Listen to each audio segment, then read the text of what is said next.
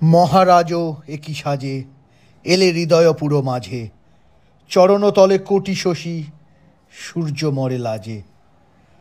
মহারাজও একই সাজে গর্ব সব টুটিয়া, মূর্ছি পরে লুটিয়া, সকল মম দেহ মন বিনা সমবাজে। মহারাজও একই সাজে। হ্যাঁ, এইরকমই রাজা মহারাজার মতন ফিলিংস হয়েছিল যখন আমরা গিয়েছিলাম এনআরএস রয়্যাল প্যালেসে। পুরীতে এই লাক্সারিয়াস হোটেল পুরীর সৌন্দর্যকে বাড়িয়ে তুলেছিল অনেকটা। এই 5 স্টার ক্যাটাগরির হোটেলটিতে আমাদের 3 জনের এক্সপিরিয়েন্স কিন্তু বেশ ভালো। এখানকার রুমের সার্ভিস এবং ফুডিং আর অন্যান্য যা ফেসিলিটিস ছিল তা বেশ ভালো লাগবে আপনাদের। ভেতর এবং বাইরের ইন্টেরিয়রটা একদম রাজপ্রাসাদের মতন করেই সাজানো। এখানকার স্টাফদের বিহেভিয়ারও ঠিকঠাকই ছিল।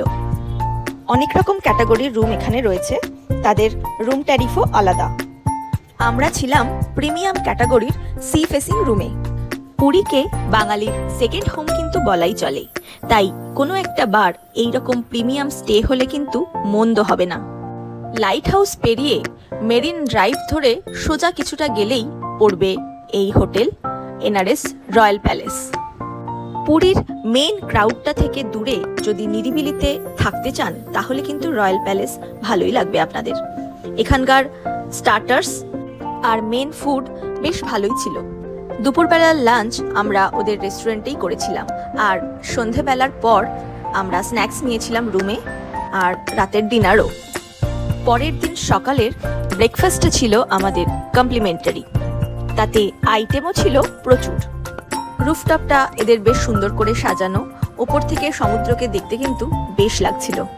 তো এই ছিল আমাদের এনআরএস রয়্যাল প্যালেসের মিনি ব্লগ।